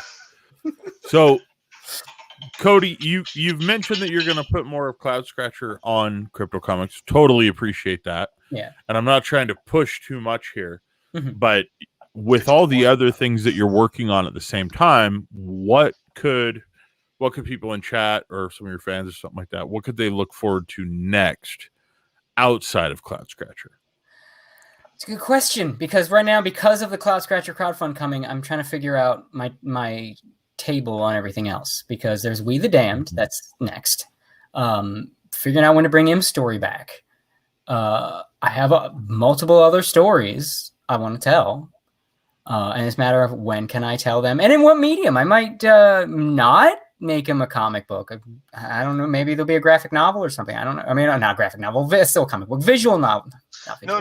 Graphic novel. Would you ever consider animation, stuff like that? While I've eaten, like a light novel or something. Like a novel with pictures. A game. I don't know. I have the stories there. The medium is, I prefer comics, but I'm open to other things and trying other things.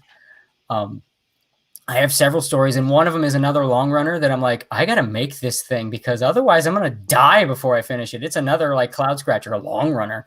Oh, wow. So like I got to figure out when I'm making this thing. So it's another epic story. Yeah. It's called Dominus. It's like the Dominus Rex. Yeah.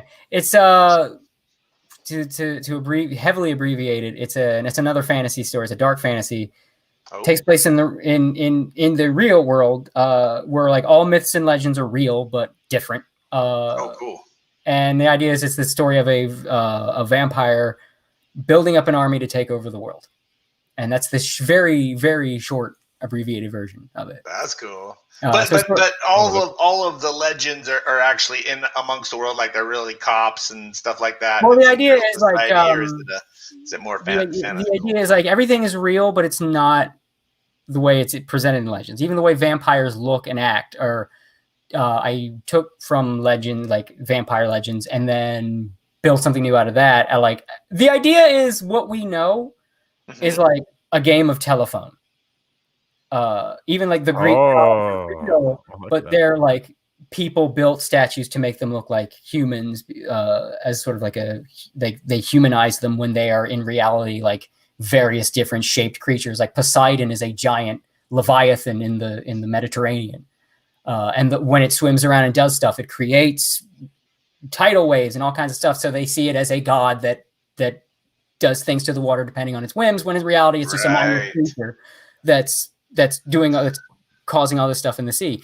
Zeus is a sentient mass of what looks like a giant storm cloud, but it's like when you get close to it, it's like organic, and it has all these nerves in it, and it creates lightning, and that's basically how it feeds. It just shocks something, and then the cloud reaches down and grabs the thing, and that's how Zeus eats. So they see this thing that zaps people and goes around freely zapping people, and that's the god of thunder to Greece. So just with the Greek gods in Greece, like that's the kind of thing with Dominus. Like everything's real, but it's different than you know. Wow. So that's the idea with that story. It's very long, and I have to figure out how I'm going to tell that story in a way that I can tell the whole thing before I die. So that kind of thing. But you gotta figure this out. Don't leave us hanging like this. I mean, we're all on the edge of our seats, like wondering what's the answer, Cody. I wish I had it. If I had connections to like pros and like you just want to write it and I'll draw it, I'll do that. If there's anybody that's like a pro artist, like if you want to write it, I'll draw it. I'm on board because I am a one-man show with like 20 stories I'm all trying to tell. So, well, you're in with Vivid at this point. Yeah, I don't know you're starting to grow. Yeah, getting there. I mean, maybe we need to look into cloning technologies. I wish. So we just make like 16 Codys. 16 Codys, and then just 16 different books. Yeah, and hopefully we put in a gene that makes them really like so they follow like his instruction really good. So we do a crowdfunding campaign to clone Cody. I like this. I don't know if the world is ready for such a thing. Dude, an army of Supermen? Well, super beings. I mean, but at that level.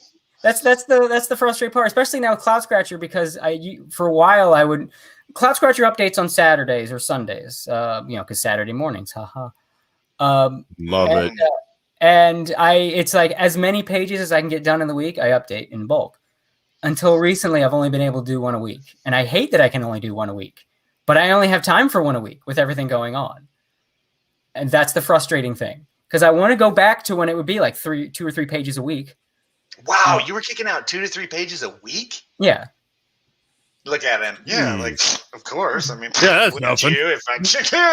Dude, that's impressive. That's really impressive, Cody. Like, so do you experience like writer artist block ever, or is it just like you're just like a superhero in that regard? Sometimes it's minor artist block, but I feel like that goes away if I just start the panels. Because I write it all out, I script it all out, and then I look at a page and I look at how many panels I had in mind when I wrote it, and then I arrange the panels. And if I have the panels out, then everything just comes out because my mind has to I have a thing to project. And I just project the image, and then I just trace what's out of my brain. And especially with Cloudscratcher, because in my head, Cloudscratcher, I write it as if this is a cartoon that exists, but it only exists in my head. And I am trying to trace screenshots of it, basically. Wow, really? Like it's supposed to be, this is a cartoon that could have existed. Like there's no... I write it as if I'm pushing the boundaries a bit with standards and practices with like the action and the guns and stuff. And sometimes maybe a little blood, but not much. But this could have aired on TV. Like the only thing that's making it that this wouldn't have existed are the more modern music references. Like when there's a reference to an artist that was around in the 2000s, clearly this was not a cartoon in the 90s. But that's literally it. Like I wanted to feel like this cartoon could have been real. You could have watched this back then.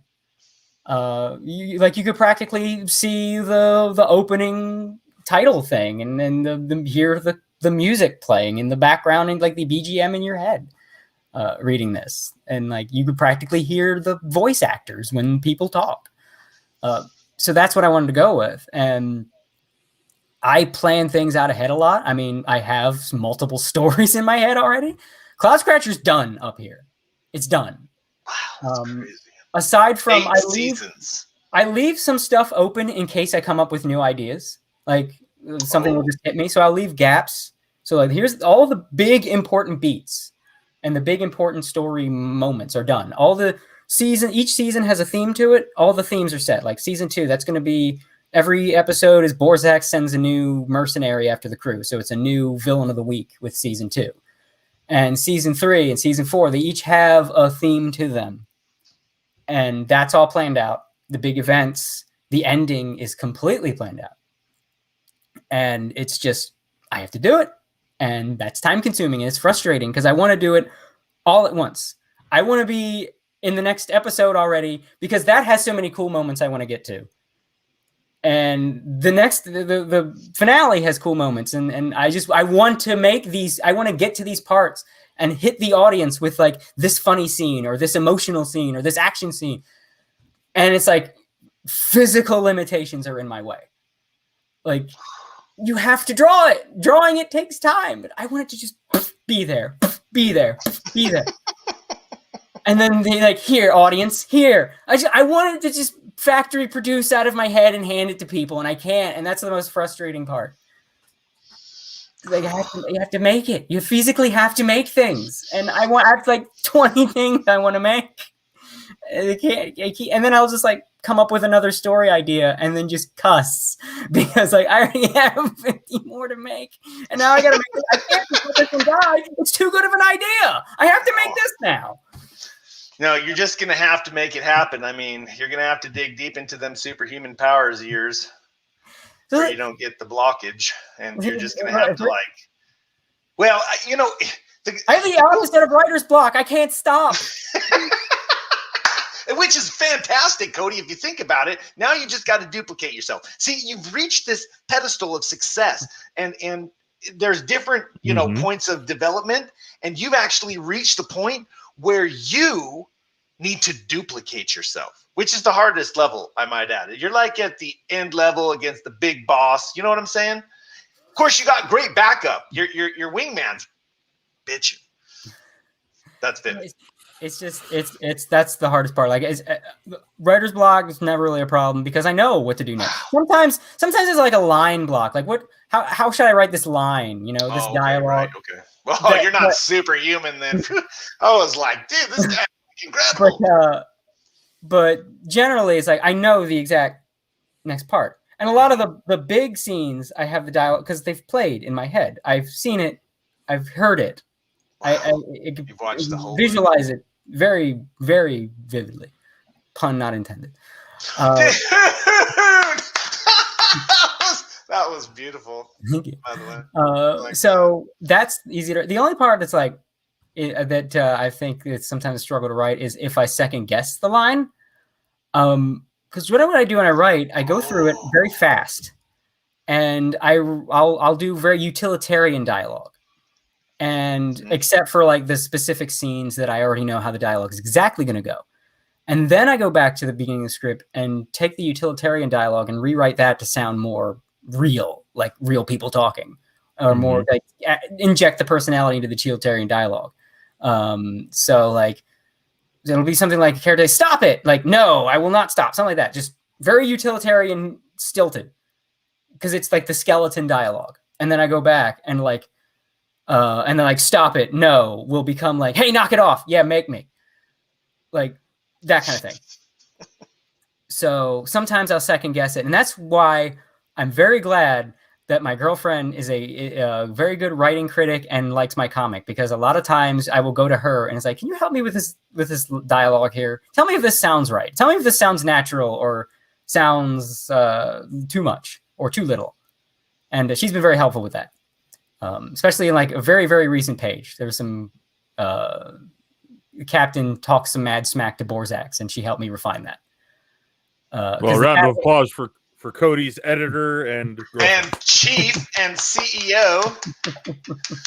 She's great, yeah. So that was because he's very. That's one thing. Like sort of the captain's. I used to say semi-flaw. He's not a perfect guy. He gets. If you hurt Felix, he's a very loving father. So if you hurt Felix, he gets pissed, like a little less magnanimous. He's a very, a good-natured role model of a main character. Level-headed. He makes the right, logical, reasonable decision. He's the one you can count on. I got that sense from the captain. Like he's the one that everybody looks to because he's level-headed. Yeah, dude. Yeah. So, yeah. But if you hurt his son, he might have a little dark side that comes out. We haven't even gotten to those parts yet. Oh, yeah. I can't wait till you put number 4. So his son gets hurt, and he has some lines because he has a plan, but he's sort of resisting himself because, like, I think the Borzax has a line like, "What, do you plan on killing me for hurting your kid?" And he says, "The thought had crossed my mind, but no." He should.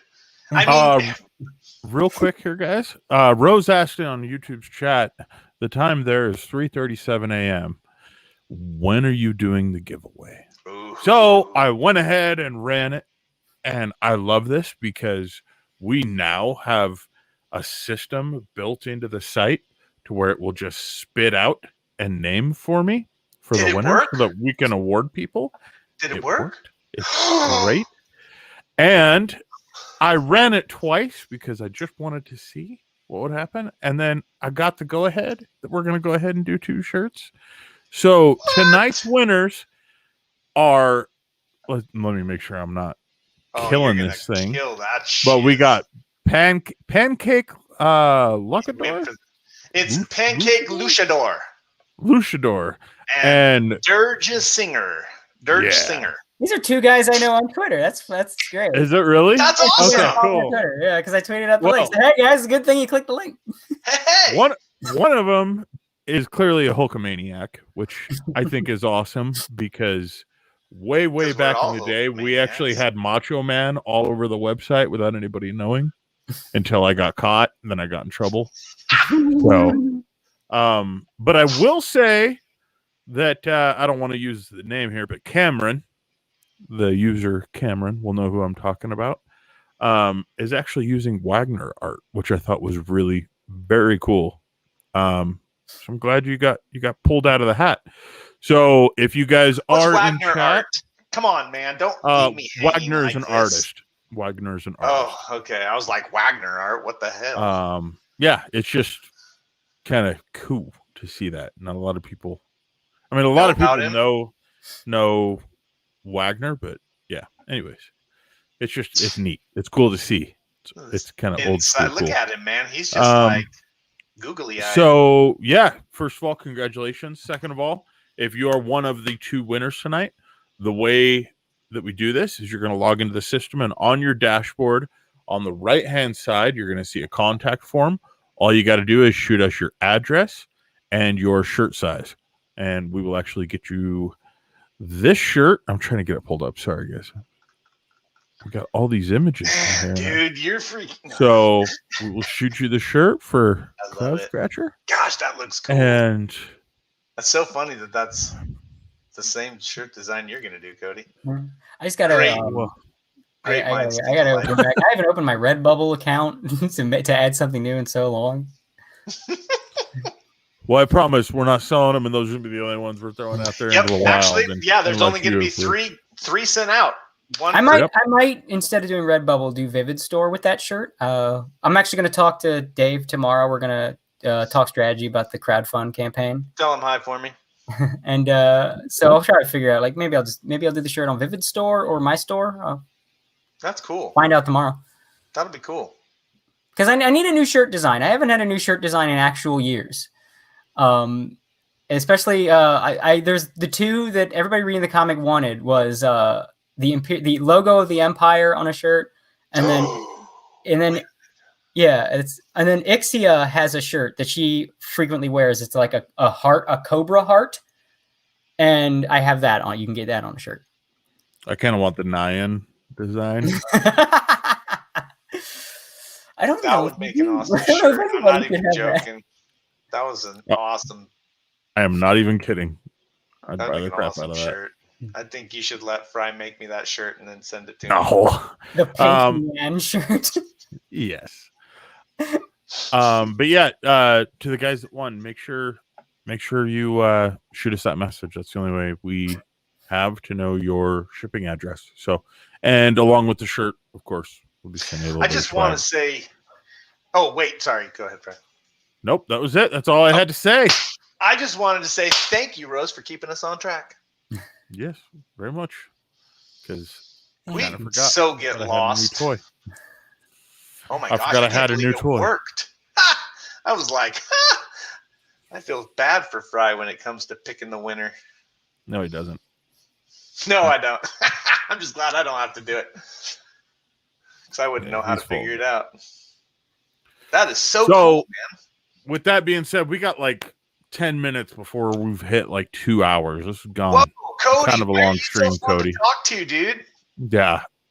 Seriously. I can't hold all this charisma. What can I say? Oh my gosh, for real. You and David, man. 2 peas in a pod. Silky tongue devils. Well, that got weird. Okay. That being said, I'm going to throw in the chat real quick once again where you can find everything, especially the merch that Cody was just talking about. Yeah, let's get his merch up there. Cloudscratcher.com. Time for the plug. So keep an eye out on top of that for his crowdfunding campaign that's going to be coming up. I'm sure we're going to be plotting it all over the place. I'll Cody, probably as soon as you let us know where it's going to be. Oh, we're not going to give you a choice, man. You're too fun to hang out with. Cody. No, I'm really hoping that you guys do a Kickstarter launch with our show. That would be fun. I'd love it. David and Vivid have done it with us before. It's super fun. We love hanging out with you guys. Especially, I mean, this is going to be so cool. I love what you're doing with Cloudscratcher. It is such a cool story. I'm looking forward to just reading all of them. Like, and if you ever get bored on the toilet with a tablet, it's on the website, so you can read the rest on the now that you mentioned it, I gotta go, guys. Suddenly he goes for a bathroom break. I'm just kidding. I wouldn't do that to y'all. I mean, I might, but I'd mute myself. Don't worry. You want to be like that scene in The Naked Gun, yeah? He wouldn't. He wouldn't mute himself. I'm telling you from experience, man. We've got like well over 100 videos together. He would not mute himself. He would think he was muted. I would totally try to mute myself, dude. Oh, Andrew Dodge is calling me out already. I want and will be the first to beat Friday backing. Oh, boom. Crutchy, way to freaking put the... Oh, all right. Damn, dude. All right. Fry sauce. You better pull out your bestest of games. Oh, it's coming. A games. We got about to get turned on. Dude, you're going to have to do your A gold game, man. This is Crutchy we're talking about here. And JD Smith Digiartist comes in and says, Jared turns off his Zoom background. He's been on the can the entire time. That would be hilarious. You know what? That's Digi, don't give away my secrets, dude. Is it still there? Is it still there? Okay. I was wondering what those plops were. You guys heard that? I'm just saying. No, seriously. Jared, did you guys hear I'm that? going to be really offended if I hear a flush. Is all Look, I'm saying. I just want y'all to know that pants are by your choice. Jared. Excuse me. That's not acceptable. I'm sorry. All right. I'm sorry, everybody guys. that joined in the Potty chat tonight. humor is so not couth. Everybody that joined in chat tonight, thank you so much. Thanks, Cody, guys. thank you so much for joining us. Thank I you. had a great time. Hopefully you did too. Cody, Jared, you're disgusting. You're gross. Dude. You are gross. You're the one. You guys are the ones putting it out there. I feel like embarrassed now. This isn't acceptable. Seriously, it's not okay. We're just kidding. We're not going to end this with potty humor. We're going to end this with please support creators. Please help indie creators. Cody is a fantastic indie creator. Give it a chance. Sign up for the marketplace through cryptocomics.com/u/Cody. I'm going to kill this. Baier. Gosh, I was going to say bear again, dude. I don't know why, but it's like growl. Everybody wants to say bear. I know. It's because you're such a Grizzly Adams of a man. That's what it is. But Cody Baier, please support him. Check out his webcomics on cloudscratcher.com. And thank you so much for joining us. Oh, I did want to put out a notice real quick, guys. Sorry about taking a little bit of time here at the end. We are going to be switching the show to Thursday. We're finding that the Friday is just a little bit hard on everyone involved due to weekends and peoples and things and that's and this and the other. So we're going to actually move the show to Thursday. We are going to keep this every other week schedule going. Couch will always be on Monday. Really well. But it gives us the time to actually make these shows better, except for all the stuff that me and Fry missed in relation to having all of the awesome stuff that Cody gave us up and ready to go. That was my bad. Sorry, Fry. But we are really working to, just really take our game up a lot. The creators that come on and do this with us, they're so awesome. We just are trying to do the best to really give them the best show off their stuff the best, and really give you guys out there a fun time and a good place to check out indie comics and indie creators, people you haven't heard of yet. So thank you, and just wanted to give you that heads up. Sorry about that, guys. I was taking a little bit of time. No problem. But thank you for joining us tonight, Cody. Really appreciate it. Great. I was glad I came. You're coming back. Do you have? Do you want to throw out like where anybody can find you on social media, anything like that? You can find my art at Baier Works, Baier Works. I have a personal Twitter, but it doesn't matter. There's Cloudscratcher.com, of course. And I think that's all I have to plug until the crowdfund launches. Well, don't forget Crypto Comics Marketplace, dude. Well, of course. Where I'm trying to get what's the actual. Well, Cody, you plugged us plenty tonight, and I appreciate it. Comics.com/series/261-Cloudscratcher. Ooh. And that's you just get all 3 current books there, and then. And enjoy it, guys. It is a fun story to get into. Cody does a fantastic job, and he does everything. I mean, the epitome of indie. He has a job, and he draws, and he writes, and he colors, and he letters, and he has a job, and he still tries to do this all for us. Which means that taking 20 minutes to close the stream out is probably really inconvenient for Cody. I'm sorry, Cody. Let's go ahead and end this thing. All right. Thank you, everybody. See you guys. Make sure to like and subscribe, hit the little bell notification. Know when we go live on the next video. Thank you. Sharing is caring.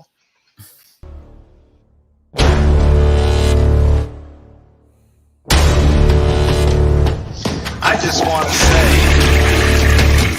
that is not okay. You terrible, terrible man, Fry. Everybody, #, we love fry sauce.